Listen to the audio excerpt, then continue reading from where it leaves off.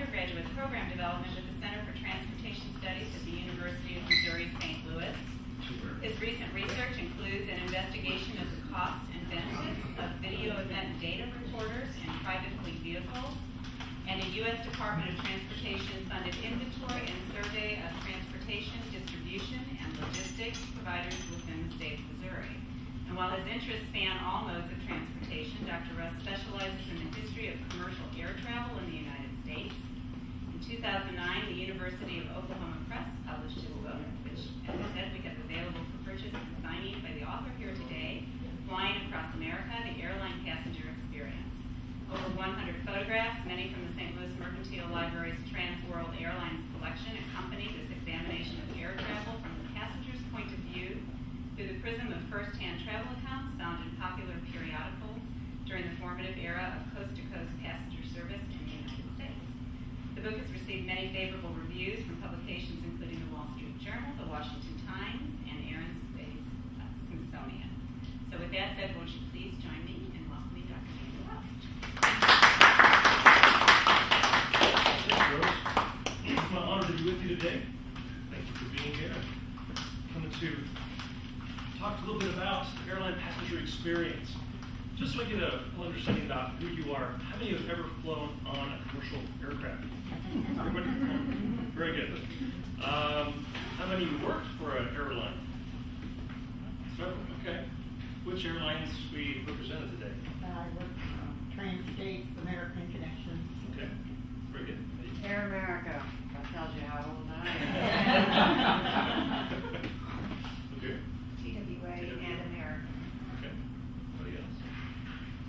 No Ozark people. Usually I would get Ozark folks. I flew Ozark many times. Yeah. Very good. Including the Fairchild Miller plane where you lifted your feet.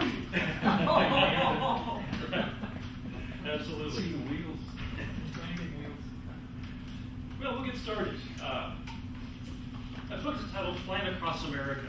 So doing research, I discovered about 30 first-hand accounts of air travel across the continent. These are published, like Good Housekeeping, things you wouldn't think of being a place where you find air travel accounts. But I date back to the late 1920s and all the way up to the 1960s, when they kind of go away. Once the jet age kicks in, people don't talk about it much anymore. It's just part of American life. These accounts usually flying from coast to coast between New York and LA or San Francisco. And so I had a geographic fix, and I took it over time. How did it change over time with people? Would they, how fast did they go? Did they think they were going fast? Or did they think they're going slowly? Was it pretty elegant? Was it really discomforting to them? Was it bumpy? Were they scared? And track all of that over time. Of course, you're here in St. Louis, about 3,000 miles coast to coast. It's a pretty long airway. The very first person to fly an airplane coast to coast, 1911, Calvin Harry Rogers. Cal Rogers. New name to anybody? Ever heard of Cal Rogers before? He's a very interesting character. He was from New England, had quite a pedigree, expected to go to Harvard and do all the things that he was assumed to do by his family. Instead became a little more adventuresome. And in 1910, there was a big air meet out in California, one of the first big air shows, and William Randolph Hearst was taken by this and said, this is a great technology. We shouldn't just use it for stunts. Let's do something with it. I'll put up $50,000 for the very first person who could fly coast to coast and do it end of October 1911, the next year. Now, I'm sorry to get the lights on to the video. This allows you to figure in the look many of these images, either to view as well. Well, he doesn't know how to fly. Rogers goes to the Wright brothers in Dayton, Ohio. They teach him to fly. He buys an airplane that summer of 1911, and he's under the deadline. He's got to do this flight right quickly, sponsorship Armor Meat Company of Chicago. They have a new drink called the Vin Fizz, new grape soda. And they said, we'll pay you $5 a mile if you put our logo over your airplane. And you advertise for us. It's a train, follows him with his wife, his mom, the press, a mechanic goes with him, spare parts. And he sets out September 17, 1911, here from Sheepshead Bay, Long Island, and makes his way. Has to go through Chicago. That's part of the stipulation by Hearst. And through Kansas City, down to Texas, and across into Pasadena. He makes 70 different hops. It's a little rickety aircraft, mind you. I think the Wright brothers kind of airplane. Little biplane, no fuselage, up there all by himself in this, exposed to the weather, flying this craft. He crashes at least 15 times. In the hospital a few times, airplane is demolished several times. By the time he gets to Pasadena, the only parts still originals, the one he left with in New York, was an oil pan and a wing strut. That's about it. The rest all new parts, new airplane basically he arrives with. Trouble is, it takes about 49 days to make the trip, and Hearst said to do it in 30 days or no money. So he gets to Pasadena, and all the accolades, yes, I did it, but sorry, no cash in it for you. Hearst said, you didn't follow the rules and didn't quite make it. This is a picture of the rail car here. It has Vin Fizz all over it, 5 cents. Different crashes he made. It was the airplane now is in the Smithsonian. Here in space, you go and see it there. This is a poster made for the occasion. He makes it a few weeks later. It's across all the way to the beach, lands at Long Beach, which is skids into the ocean. And so they did it, ocean to ocean. A few months later, he's flying at that same beach, and a bird strikes his airplane, and he plummets into the water and is killed. And so it's pretty short-lived fame for Mr. Rogers. As the first person to fly coast to coast, so not very pleasant at all. Lots of crashes, quite unpleasant. Of course, using airplanes for moving people was the farthest from folks' minds in those early days. It was a craft for stunts. A lot of it was like circus performing. But the government says, how about airmail?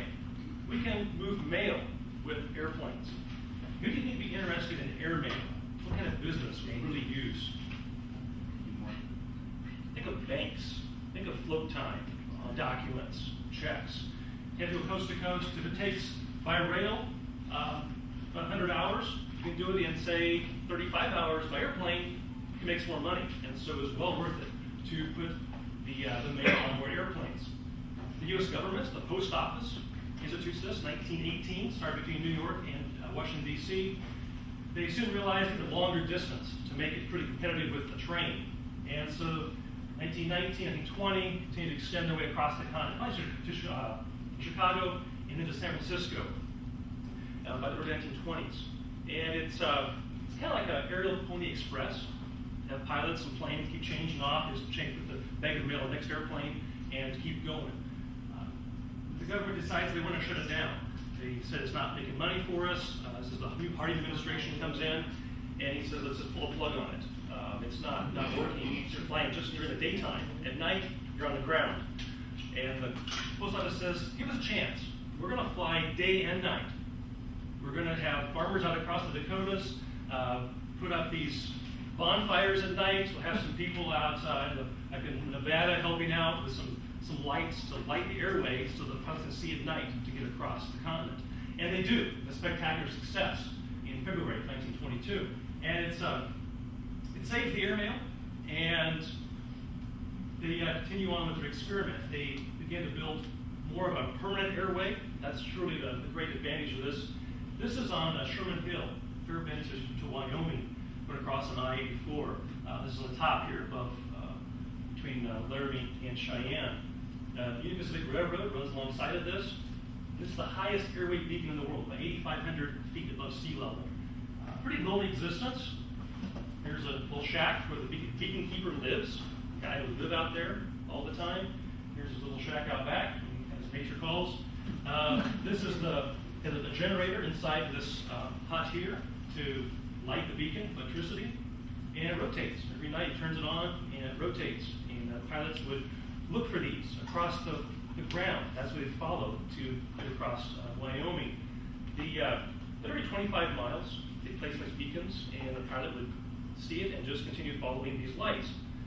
What if it gets foggy? You're grounded. You can't fly because you can't see the next beacon. Radio takes care of that. We have radio beacons. You can fly at night, bad weather, and it doesn't. Can still do that. In Chicago, they put a big beacon up, but they took it down for World War II. It's just so bright. It's just a big signal light, and people didn't really like having these flashing lights. And radio beacons were much more conducive. But see, the airway was a big contribution the government installs, and railroads aren't too happy once this all gets going. It's like 1924, 1925, and the railroads say, wait a second here. The government's competing against us for carrying the mail. This isn't right. We're private industry. It's how we make our money. Privatize it. Privatize the airmail. And Representative M. Clyde County of Pennsylvania leads the charge in the House and says, let's have a bill here to privatize airmail. Turn it over to private industry. And he gets that put through. Who signs it? 1925. And ready to privatize. This original airmail route, New York to San Francisco, that's what the government operated.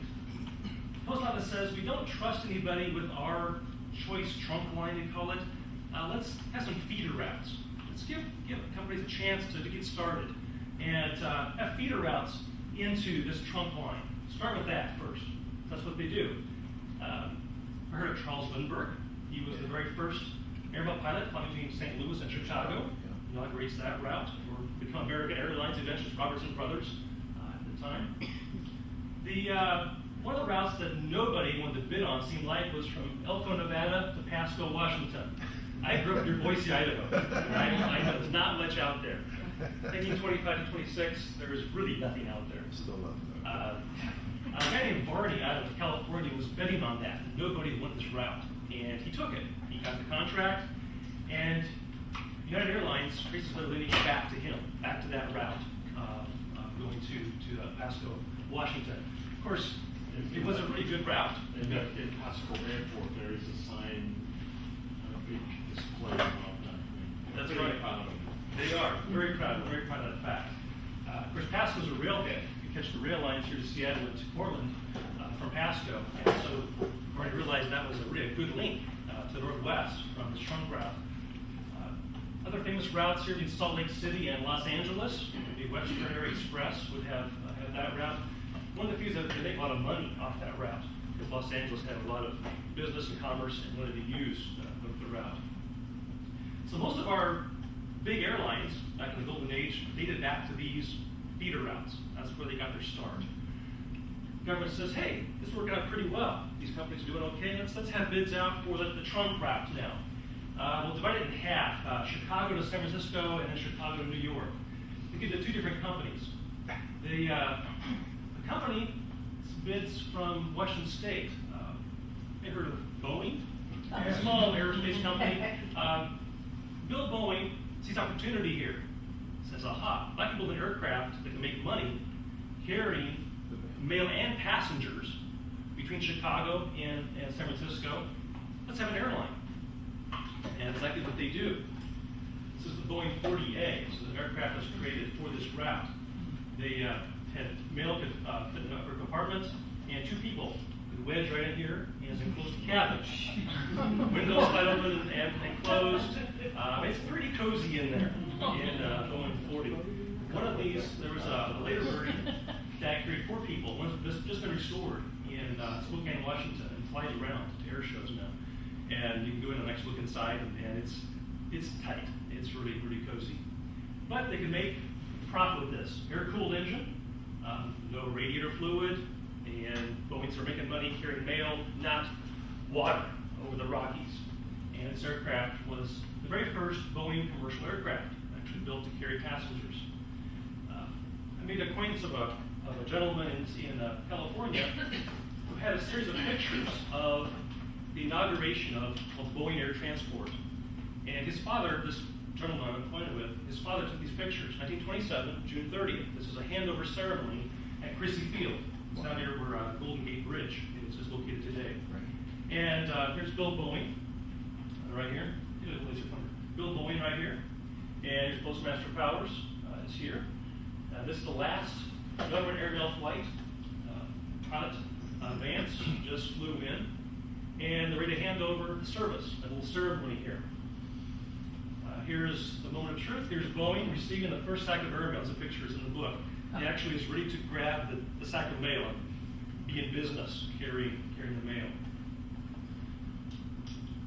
His wife, Boeing's wife, Bertha Boeing, she christened the Boeing 40 in the city of San Francisco. Big ceremony, local officials spoke, military, it was a military base, the military was there as well. Of course, here's Bill Boeing over here, watching his wife. His wife is here, breaking the bottle in her hand, over the nose of the airplane.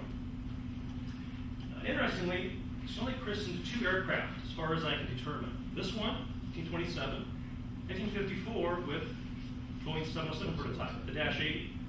She was there and christened that. And she should have christened more aircraft for Boeing.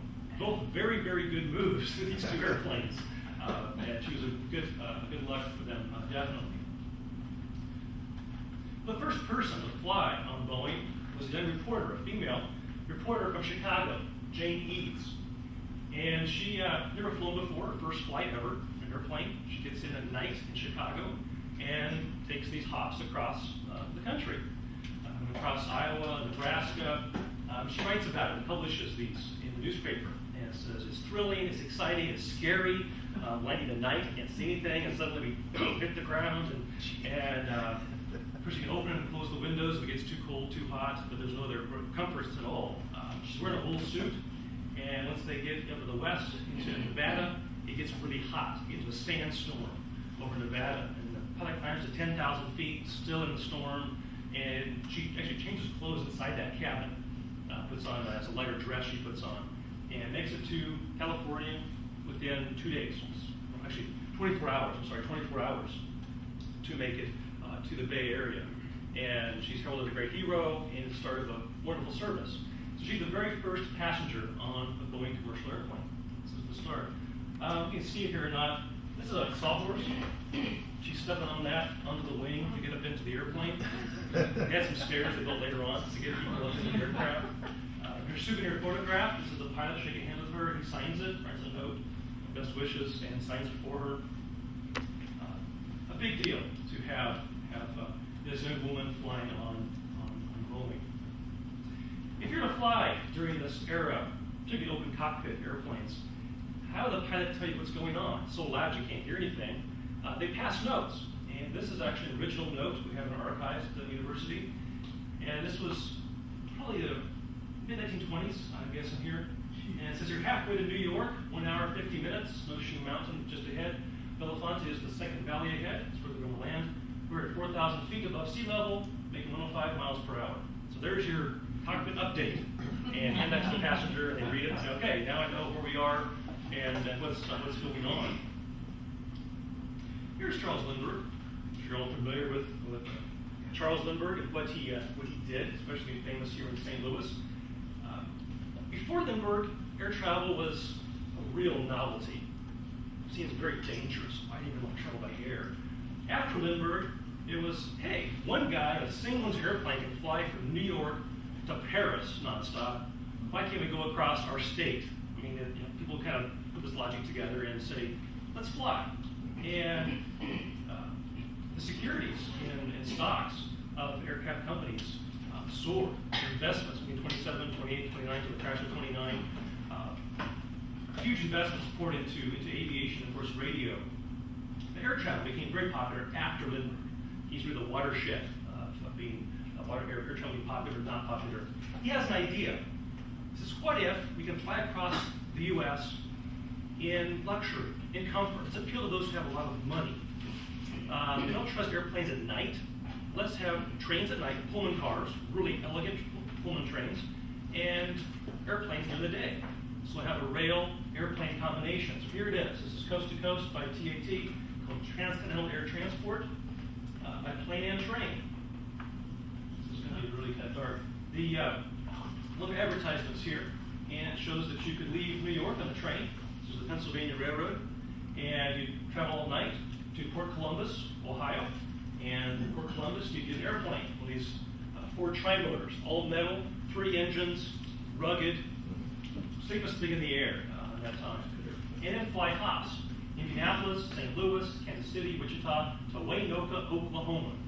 You're going to land there, and that's you get the Santa Fe Railroad, and a nice Harvey house, nice steak dinner, and then on the railroad to Clovis, New Mexico. Next morning, catch another one of these airplanes, and go to Albuquerque, Winslow, Kingman to Los Angeles. Do it all in 48 hours, a 2-day time period. You're in luxury, you're in comfort, and take all the way across the country. Get some backers from Wall Street, and they're in business. So it's July 1929, this service starts. They never make any money off of it. It's about $250 one way, about $4,000 today's dollars, and just worth the people there that wanted to fly it. And then too, if weather's bad, you're on trains most of the way. So they joke it's take a train. TAT stands for take a train, because it's you're not hardly airplanes at all. It's the weather is poor. But many people would write about this and say, oh, it's wonderful. It's a wonderful experience. This is inside of aircraft, looking from back to the front. Here's the cockpit door. Cockpit, pilots here in the front. Wicker seats, either side of 10 passengers in this airplane. Say, why wicker? Well, it's light and sturdy. And it became aluminum later, so the early versions. Electric lights. And there are these things hanging down, big leather straps with a leather ball in the end. Any idea what those are for? Not to whack your neighbor if you get them. Hang on to it. It's really bumpy in there. You want to grab on something, and that's something that you can hang on to as this plane bucks around. The floor is a rubber matting, which is useful when everybody gets air sick and it gets really yucky in there, and you got a garden hose and wash it out. That was the purpose for wood carpeting, because it could get pretty bad. Windows do open and close, so if you get too warm, you can open a window. In front, there's a clock. You usually have a altimeter in front. You'll know how high they are. Very curious about that. It's really loud in this airplane, about 112, 115 decibels. So you can shout at each other or just pantomime. The passenger counts, it was all pantomime. They would make motions like, look down there. Oh, it's a Grand Canyon. Oh, there, you can't talk. You can't actually converse at all. Very different than today. Here's the wing spar. Cuts over here. So if you're very tall, tuck your head walking down the aisle. This is a picture looking for the back. Here is a passenger having a nice cold glass, probably lemonade, that was typically served. And here is the courier, they called them. Santa Fe Railroad had men who were tour guides, called couriers. And so they kept with this, with TAT, and they're pretty nautical uniform. It looks like straight off a yacht, with the white cap and the suits.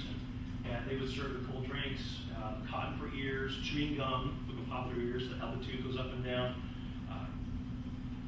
Overhead bins, well, it's for hats or coats, that's about it. Especially if it gets very jumpy, things will pop off from there. So it's, you don't have carry-ons.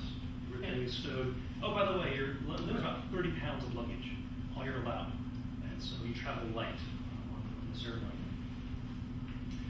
Well, fast forward a little bit. To those couriers, well, United Airlines, 1930, Ellen Church, she's pictured right here, had the idea of how about having a young female on board the airplane?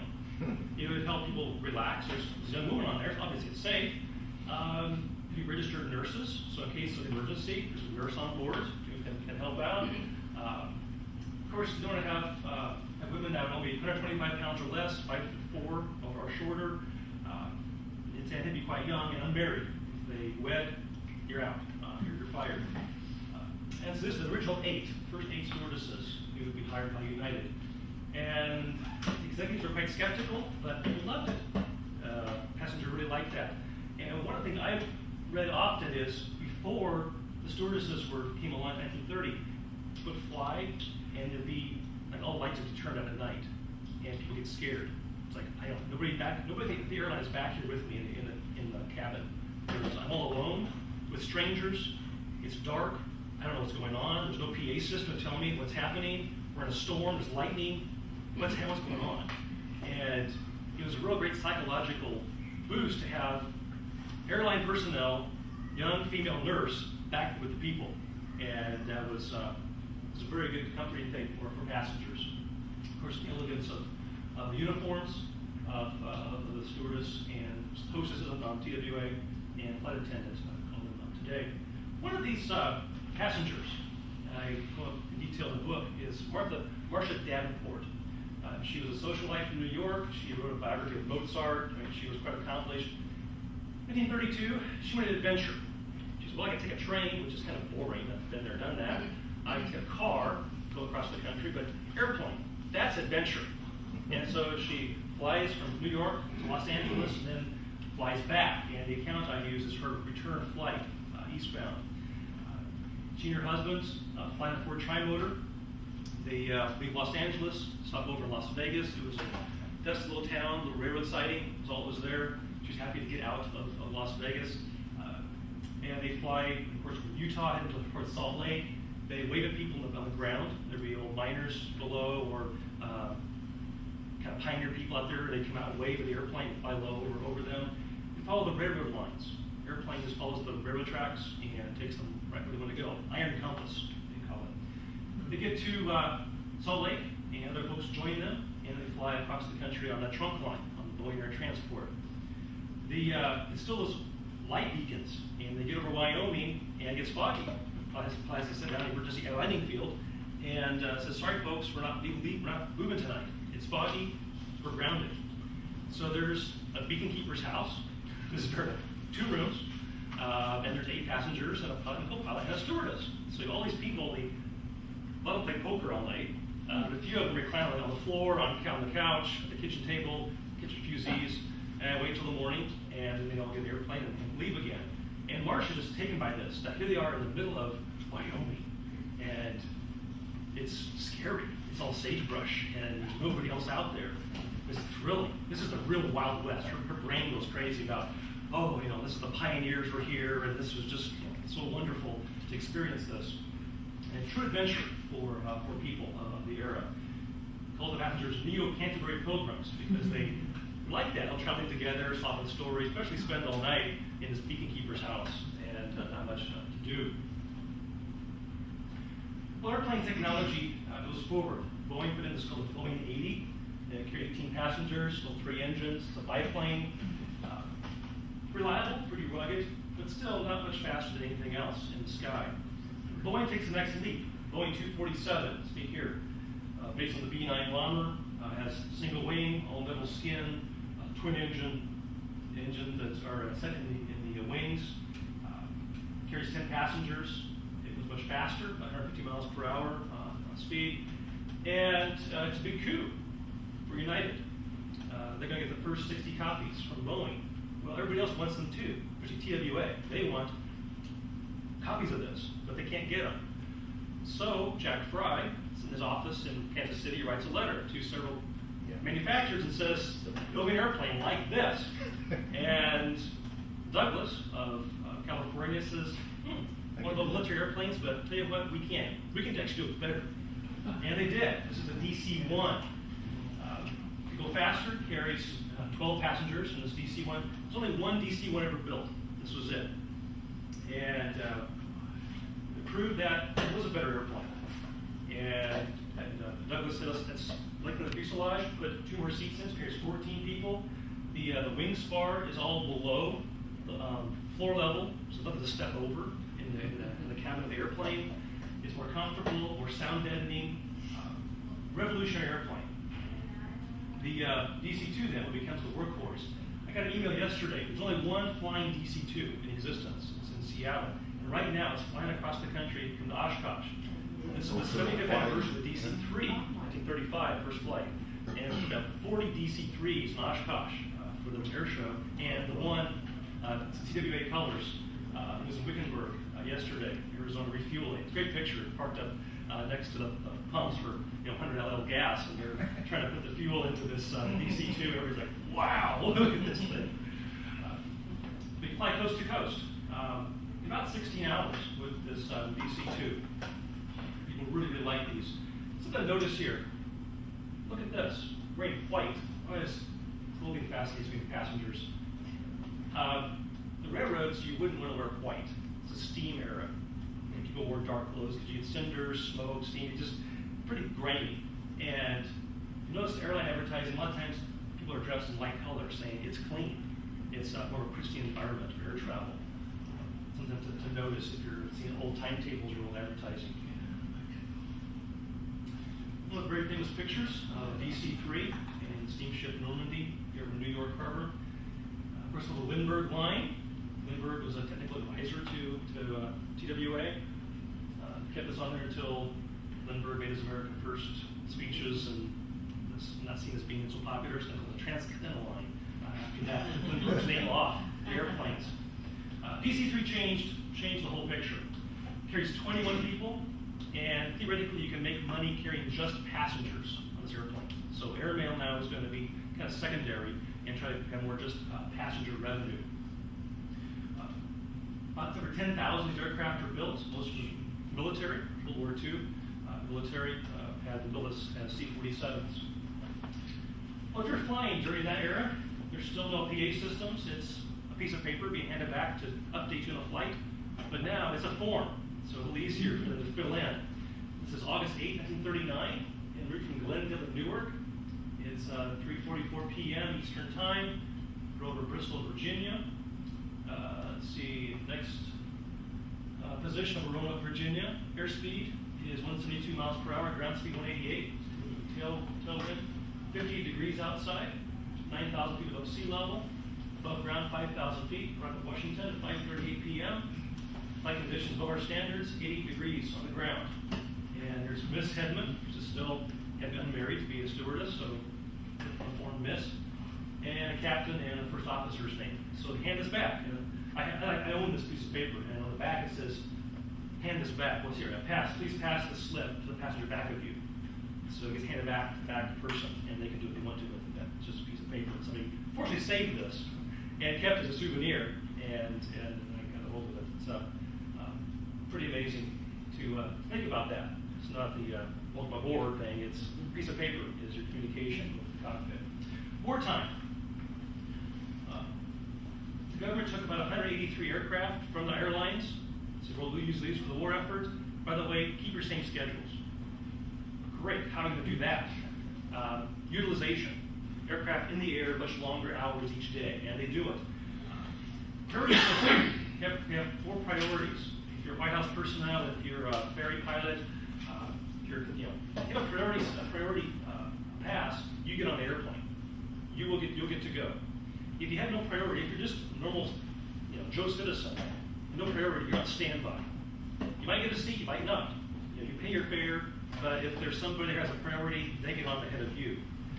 And that's where the term standby comes from. And the term bumping, because maybe you get the airplane and suddenly, oh, here comes somebody with a priority 3 ticket. And sorry, sir, you're off the flight, this guy has to be on. And so you're bumped off the flight.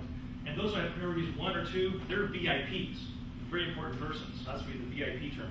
These terms we use came from this era. This is a picture of one of the very first TWA employees here on the ground. That would be female. To wartime, and to put men off to war and hire more and more women to fill these roles. Pressurization. We take it for granted today. You get in a jet, you take off, and you climb 30, 40,000 feet. It's comfortable. I love this here. It's advertisement from the 1950s. It shows the oxygen masks on. Not like this. You didn't have pressurization. You have to have air to breathe, which is very true. The Boeing 307, very first pressurized cabin aircraft. TWA again had these, the first to have them just before World War II. And the pressurization, you could fly 20,000 feet and be comfortable. People were given certificates. I flew at 20,000 feet. They're proud to sign it. There's one in the archives, the library, that would be given to people. And it's a big, on your wall. They were proud of that fact. 1940, you fly at 20,000 feet. Very, very rare. I apologize, hard to see. This is a group of passengers. Here they're boarding the airplane. They're all in their Sunday best. Everybody has hats, suit coats, very finest apparel. This is probably about 1945, 46, I guess. In the pictures of GI, down in his lower corner, sees his helmet. And beautiful aircraft, the Constellation, that became the workhorse for TWA. It's pressurized, pressurized, could fly with 300 miles per hour, very fast and efficient airplane. TBA wanted to encourage more women to fly, and had a program called the Mary Gordons, be women to be hired to go out and talk to women's groups and say, air travel's fun. This is how you do it. This is what you wear. This is how you pack, and encourage women to take to the air. And this is a book that I have that inside has a checklist. Your suitcase, carry this. How many pairs of shoes, how many, all these things, and it's just pretty straightforward what you need. But it attracted many more women to air travel during this time. I recognize some of these people. You know who this is over here? Could you read ahead? Close. Jane Russell. Jane Jane Russell. Russell. Oh, yeah. Oh, the Sure. outlaw. Because it's Howard Hughes. Jane Russell. Intrigued in this picture, it's a DC-3. Typically, you see people in front of a Constellation. They want a Connie behind them, not a DC-3. So this is probably right into the war. You guys in here with this picture. Can you guess who this guy is right here? Baseball player, isn't It's a baseball player. it? Willie Mays. Well, yeah. This is Willie Mays, right? It's 1958. Ready to leave New York, heading for California. Giants are moving, going to California. Jane was a friend of Howard's. That's right. Yes, very much so. Yeah. But air travel here in the post-war era allowed baseball teams to move beyond St. Louis west. That's 1958. St. Louis was the furthest west team because you have a rail schedule of keeping the teams in play. In 1958, the Dodgers and the Giants moved to California, and here's Willie Mays making this move to going to California. In the book, I talk about discrimination against people of color on aircraft. It wasn't talked about much. I had to go looking places to find that. Willie Mays experienced no discrimination on this flight. Buying a house, different matter in California. Can't against quite a color barrier there. This is a great PR piece here from TWA. It's on one of their Connies, one of the berths there. And here's supposedly a young mother and her baby. And here's the hostess giving a bottle of milk to the child. Saying, oh, it's a great way to fly. Of course, it's much better than a road trip, long distance, or on trains. It's pretty short. The airline provided baby kits.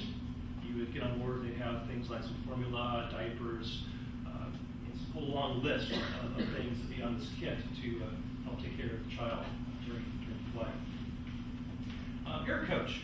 One of the biggest changes in air travel was air coach. Until 1948 was the first air coach. This is Capital Airlines. November 1st, 1948. Air coach. They'd take the airplanes and leave at 1 a.m. from New York to go to Chicago and charge low fares, $29.60. So just about $2 more than rail coach. And it was only about 12 hours faster to take it by air, to do overnight. And so the same airplane used in the day, just they'd have one stewardess on board, no meals, just get people on board and fly them overnight to Chicago. Very popular. And other airlines began to realize, hey, there's a future in this. We should offer two classes of service like the railroads do. And so they did. They had coach flights and the regular flights. American Airlines here, with the air coach, coast to coast, $110. TWA matched them. And in fact, TWA is the first to have a two-class cabin. Early 1950s. They put first class, called first class then, which is a normal class, and coach class together in one airplane. And that was quite a revolution to have one airplane and both coach and first class being mixed. The jets really changed everything. There's TWA, American Airlines, get their jets, 1959, 1960, and these were coast-to-coast service.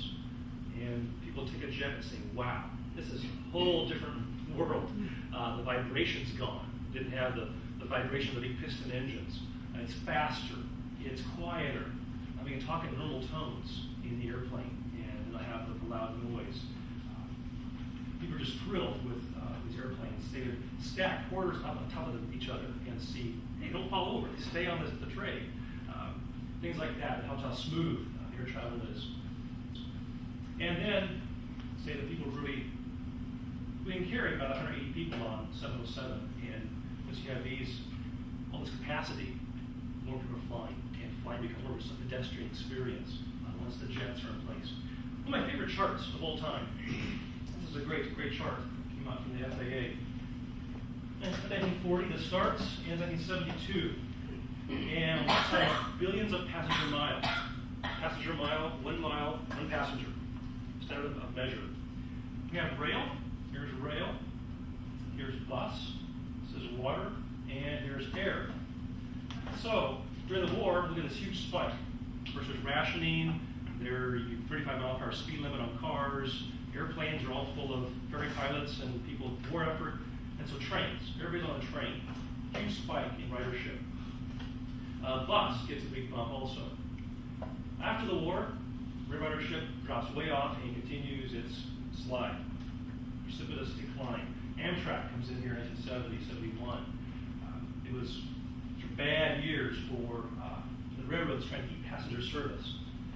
Bus lines stayed fairly constant, but look at air. Air didn't register on this. It's 43 really, and this climb. But look right here in the middle, 1957. Everybody's about equal. Railroads, airlines, and bus lines, pretty much equal on their passenger miles.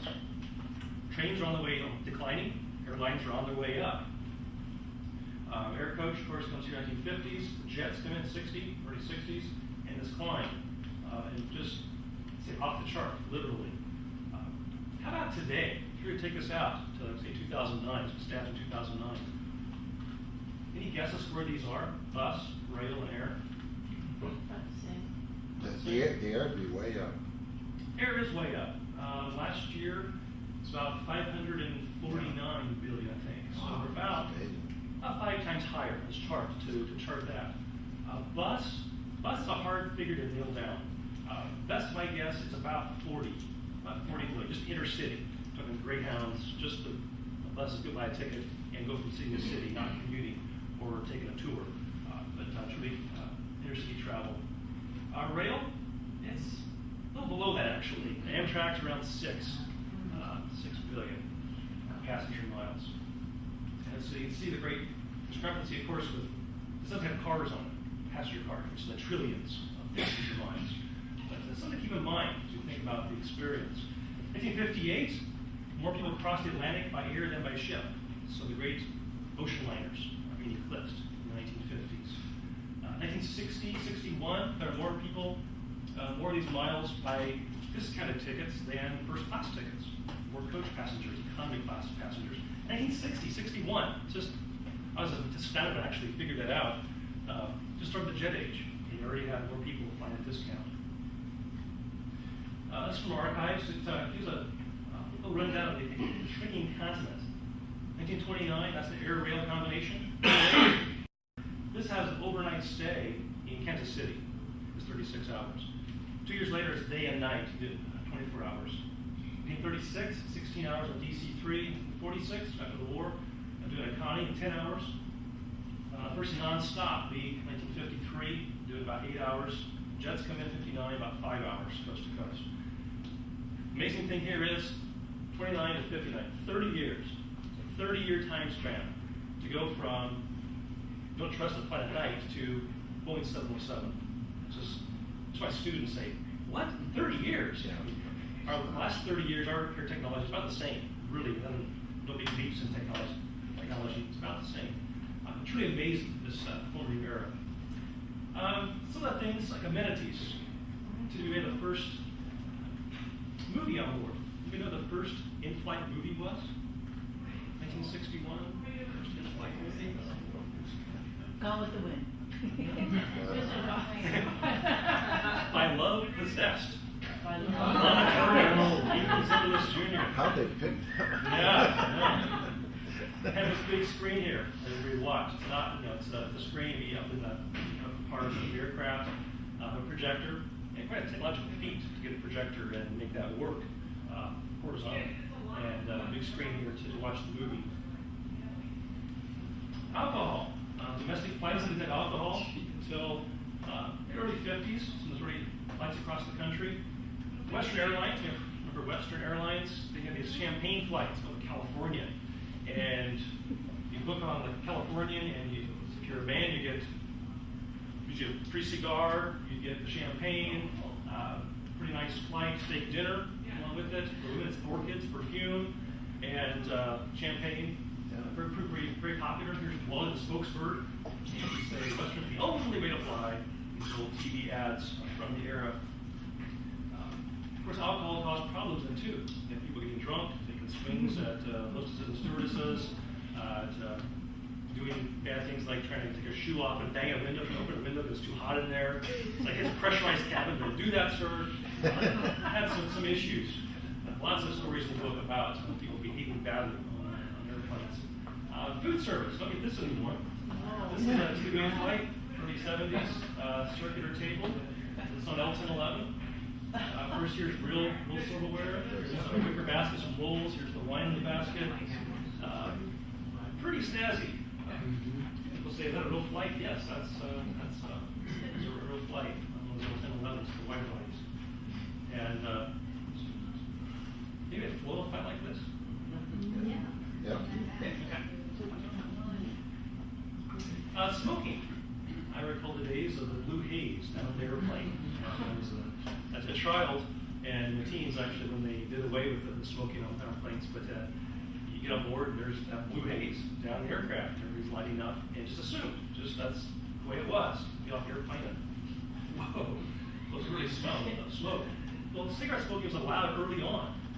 Once the airplanes became all metal, they were allowed to smoke. It was you had to ask fellow passengers, do you mind if I smoke? And if they said, no, go ahead. Okay, they can smoke. And the airline supplies cartons of cigarettes. I've probably seen old advertisements of cartons of cigarettes the airlines would hand out on the airplanes. So here, enjoy your flight. And usually cigars not allowed or pipes, but cigarettes were fine. This one, the aircraft told old Ford travelers, don't throw your cigarette butt out the window. Start a forest fire over the west. Yes? We also used to give away little mini gift packs of Winston's that had 4 cigarettes that Oh, were yeah. just as wide as 4 cigarettes together. Okay. And they were free. And you walked out and Yep. passed out cancer. That's right. Yeah, the first non-smoking section, 1971, I believe. And then by a couple years later, the CAB said you have to have non-smoking sections on airplanes. And then 1988, 1990 implements all domestic flights are smoke-free. So it pretty fast. We would see the ball rolling, taking cigarette smoking off airplanes. Security. This is a picture of the very first metal detector at Lindbergh. All it is, these 2 poles here, it's a big manometer. There's a cord runs here at the power, and there's the businessman walking out to his gate. And that's if you carry something very large, like a big knife or a big sidearm, you would go off. But that's pretty much all that would trigger this. Had the first skyjack, 1961, the first skyjacking in the U.S. Prior to that, 1955. 55 was the year a young man from Colorado put 25 sticks of dynamite in his mom's suitcase in Denver, and the airplane took off and blew up near Longmont, Colorado. And that was the first time you had a real disaster, man-made disaster like that. When did the tunnels from the waiting room to the plane, when did those come in? St. Louis had some early on, in the 1930s. The old terminal had a tunnel where you go underground and then pop up, walk upstairs, and you're right there at the aircraft. The tunnel that they expands out to the side of the plane. Skywalk. jetways. Jetways. Those will come in pretty early in the jet age, late years. Late 50s, early 60s. Probably maybe mid-60s. I think San Francisco had the first ones, if I'm not positive about that. So I think the pictures from 1960 or thereabouts are still walking up the stairways. In the early 60s, probably. They had one that was installed in O'Hare in 1959. Really? Oh, did they? Really? I think that was the first one. Might be. Okay, thank you. So the issue of people hijacking airplanes. Between 1968, 69, one of those years there had about 40 attempted hijackings in the U.S., mostly to Cuba. But trying to stop that. This is on Lambert, some of the early security measures. This one, the mid-70s. Please no jokes about bombs or hijacking. They should carry on here, walk through the metal detector, and of course, anybody can walk through, passenger, non-passenger. All kinds of warnings everywhere if you hijack an airplane, dire consequences. And then there's today. This is your Lambert, the terminal. The long lines of people, all the TSA folks there to scrutinize you.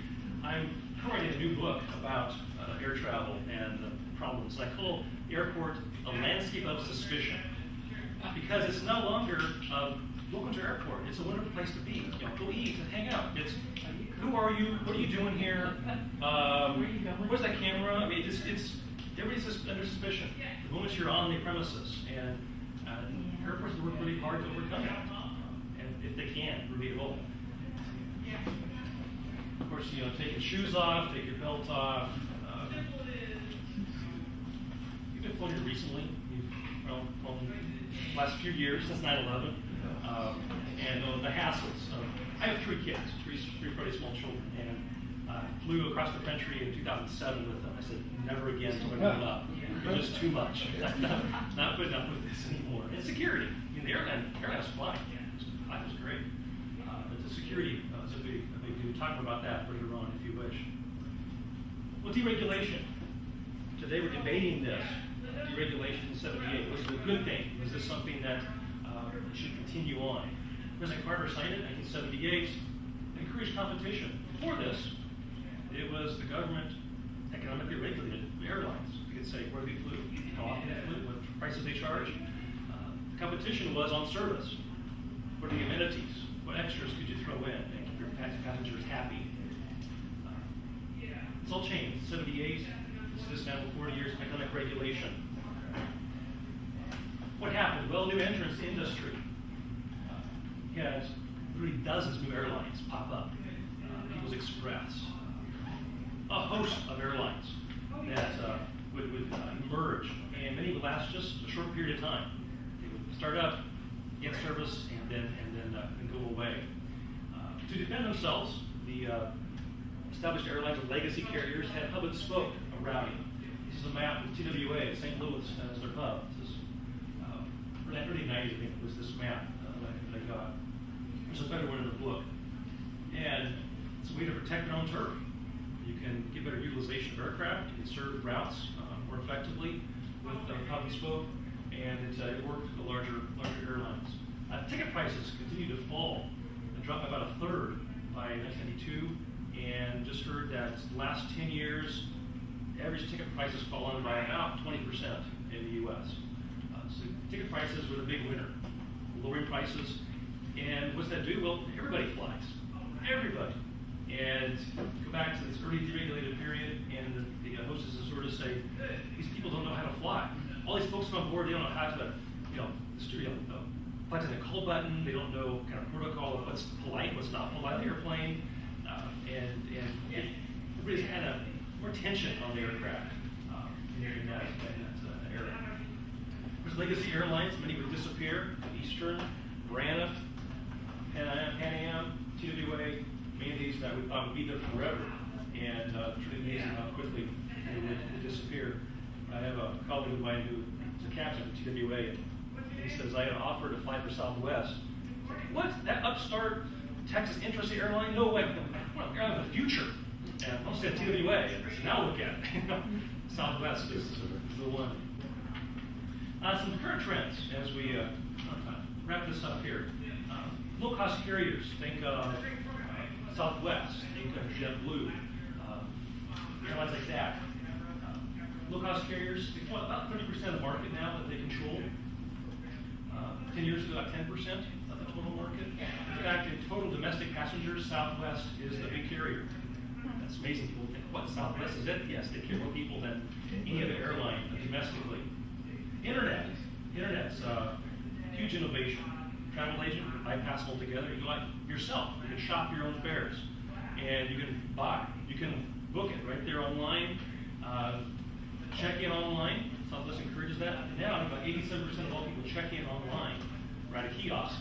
You never see an agent. They do it themselves, and the first person I see is actually the gate agent taking the boarding pass for some airline personnel. So internet has truly changed the way we do air travel. Fees. Going lately, you know, lots of fees on flights. I can't keep up with all the rates, but there's a little brief list on the left side there. Baggage fees, first bag, second bag, additional, overweight, oversized, charge you for everything. Ticket change, booking, unaccompanied minors, $50, $100, depends on the airline. Pets, you take your pet to the aircraft cabin for a fee. Seat selection, some airlines, if you want a window seat, if you want a bulkhead seat, then you have to charge you extra for those kind of seats. In-flight food, being charged. I was thankful that the U.S. Airways experiment of charging $2 for any kind of liquid beverage, water, Sprite, whatever, went away. It didn't work. People said, don't like that. At least give us, you know, a little bit of soda and some pretzel or something for free. Blankets and pillows, leg room. Not charging actual leg room. If you have a little more leg room in certain seats, they'll charge you $20 if you want that seat. They'll add up. Last year, $7.8 billion U.S. Airlines earned from fees, ancillary fees. That's not chump change. That's a big amount to take in from that. And wrap things up here with load factor. You think planes are more crowded today than they were earlier? You're right. They are much more crowded. The load factor is passenger miles as a portion of available seat miles. It gives you an idea of how full flights are. 1950s, about 63% average. 50s, the 60s, about 54%. The lowest in 71, 48%. On average, airplanes in the U.S. were less than half full. 1971. That's the lowest it's ever gone. Mid-70s, mid-90s, bumped around in 55 and 64%. Since 9/11, it continued to increase, over 70% each year since 2002. Last year, 81%. 81% on average. So if your flight is canceled, good luck finding another flight that has some room on it. It really puts people in a bind. Do you think that 81% is reflective of less airplanes, less flights, so the planes are more full? Absolutely. 'Cause Sure. I've seen that where the Some planes are more more full, passengers. but you don't have as many choices. Right. Airlines So you have, trying Yeah. to right-size their fleet to Yeah. match demand, so it's a capacity. if they make any money, flying half full. Yeah. Right. Yeah. And so it's where's that happy medium? You know, how we continue to cut back, take away flights, and force everybody into fewer planes. I mean, where's that factor where, okay, let's add more capacity, let's give people some breathing room. I saw a commercial where they were showing like St. Louis to Chicago, there was like 9 flights a day. I'm like, I mean, make it 4 or 5. I mean, that would accommodate everybody. So people have to just be. Right, right. Yeah. And now, go to our regional jets, smaller airplanes, and still fewer flights. Look at this. This is from an advertisement for airlines during World War II. How far is an hour? That's great. This is in the book. Good question. How far is an hour? Depends on if you're in this horse and buggy here or if you're in this DC-3. How far is an hour? And that's the point. Air travel is speed. That's what you're buying. You're not buying flight experience. You're buying fast transportation. And that's the bottom line. That's what you get today is fast transportation. Here's a little tiny seat. Sit down, be quiet, and behave yourself. And oh, by the way, here's a can of Coke. And just fast travel. It's not really elegant at all. Yeah. At rush hour in Chicago, an hour is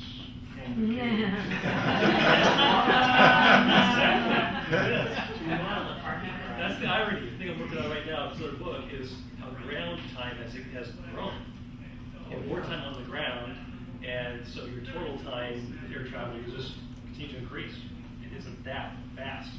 And of course, the hub and spoke used to be a nonstop 5 hours coast to coast. Now, you Atlanta, St. Louis, or Denver, or somewhere in the middle of the country, and to a hub, and so your total time really extended. It wasn't nonstops were put the fastest.